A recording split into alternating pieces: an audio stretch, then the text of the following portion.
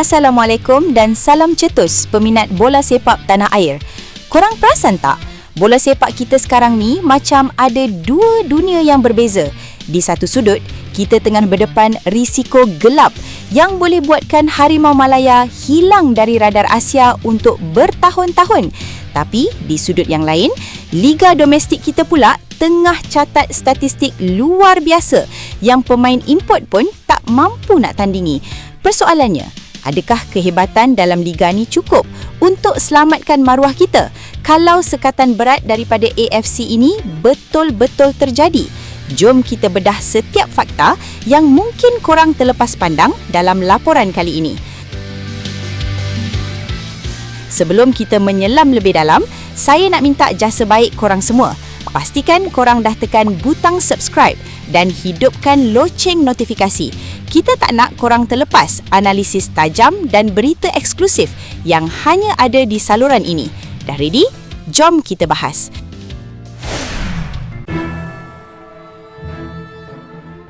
Berita yang paling berat untuk kita terima ketika ini adalah mengenai nasib Malaysia yang kini hampir pasti berdepan sekatan berat dalam kelayakan Piala Asia 2027.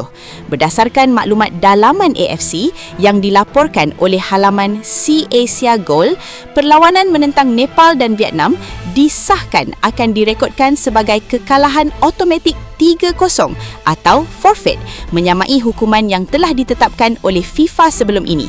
Kini, nasib negara kita hanya bergantung sepenuhnya kepada keputusan rasmi daripada Mahkamah Timbang Tara Sukan atau CAS.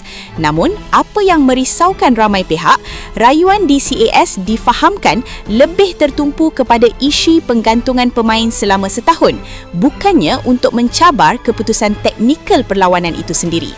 Risiko yang lebih ngeri, terdapat kemungkinan besar Malaysia bakal disekat daripada dua edisi terus, iaitu bagi tahun 2027 dan 2031.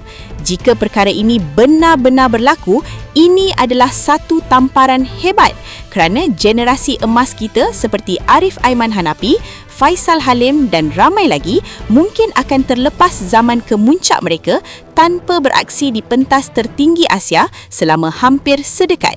Situasi sekarang berada di fasa tunggu dan lihat sehingga kenyataan rasmi dikeluarkan. Seterusnya, kalau kita lihat pula kedudukan kita dalam peta bola sepak dunia, walaupun kita mengalami penurunan mendadak sebanyak 5 anak tangga baru-baru ini, satu perkara yang masih boleh kita bincangkan adalah kedudukan Malaysia yang tetap berada di atas Indonesia. Malaysia menamatkan tahun 2025 di kedudukan ke-121 dunia, hanya satu tangga di hadapan Indonesia yang kekal di tangga ke-122 dunia selepas mereka tidak mencatatkan sebarang perubahan mata pada bulan November. Namun, kita janganlah terlalu selesa. Jika kita lihat trend semasa, Thailand masih kekal sebagai Raja ASEAN yang mutlak di tangga ke-96 dunia, diikuti oleh Vietnam yang melonjak cemerlang ke tangga ke-107 dunia selepas memintas beberapa negara seperti Lubnan dan Niger. Jurang satu mata dengan Indonesia ini sebenarnya sangat kritikal. Jika Malaysia terus disekat daripada menyertai perlawanan kompetitif peringkat AFC, kita akan kehilangan peluang untuk mengutip mata yang tinggi dan tak mustahil jiran kita itu akan memintas kita dalam masa terdekat melalui program naturalisasi mereka yang sangat agresif. Di sebalik segala kemelut dan berita duka itu, ada satu cahaya terang yang terus bersinar. Nama Arif Aiman Hanapi terus gah membuktikan mengapa beliau dianggap sebagai aset terulung bola sepak negara ketika ini.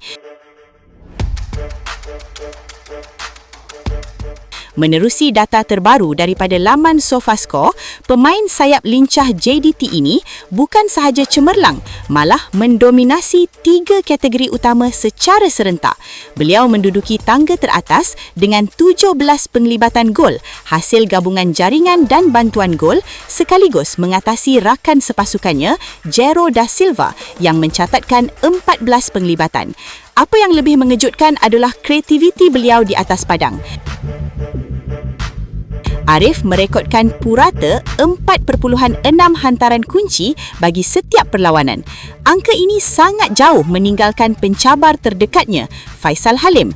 Dengan purata rating keseluruhan mencecah 9.25, Arif berjaya memintas nama-nama besar termasuk Bergson Da Silva yang hanya mencatatkan rating 8.24.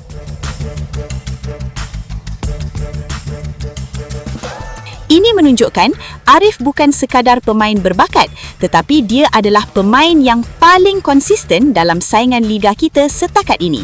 Persoalannya, adakah liga kita sudah terlalu kecil untuk bakat sebesar Arif Aiman?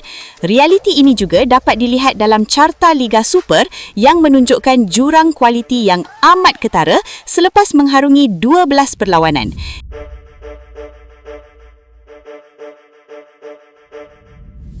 JDT kini memimpin liga dengan rekod serangan yang sangat luar biasa iaitu 63 gol. Jika kita buat kira-kira, jentera serangan Harimau Selatan mencatatkan purata lebih daripada 5 gol bagi setiap perlawanan. Statistik ini sangat klinikal dan menakutkan bagi mana-mana pihak lawan. Angka ini meletakkan JDT jauh di hadapan, seolah-olah Liga Super hanya pentas latihan bagi mereka sebelum ke peringkat yang lebih tinggi. Bagi pasukan lain, persaingan sebenarnya nampaknya hanya bermula di kedudukan kedua. Terengganu FC menduduki tangga kedua penjaring terbanyak dengan 25 gol, diikuti rapat oleh Kuching City dengan 24 gol, Selangor 21 gol dan KL City 20 gol. Jurang antara 63 gol dan 25 gol ini menceritakan segalanya tentang tahap dominasi yang ada dalam liga kita sekarang. Kesimpulannya, bola sepak Malaysia berada dalam satu persimpangan yang cukup unik. Kita ada individu yang sangat hebat dan kelab yang sangat dominan. Tetapi nasib skuad kebangsaan kita kini tergantung di mahkamah.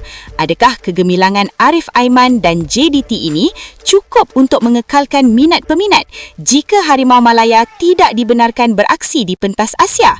Apa pendapat korang? Adakah korang rasa keputusan CAS nanti akan memihak kepada Malaysia atau kita perlu bersedia untuk berhibur dengan liga domestik sahaja buat masa ini? Cuba korang komen pendapat jujur korang dekat bawah. Kita bincang secara sihat.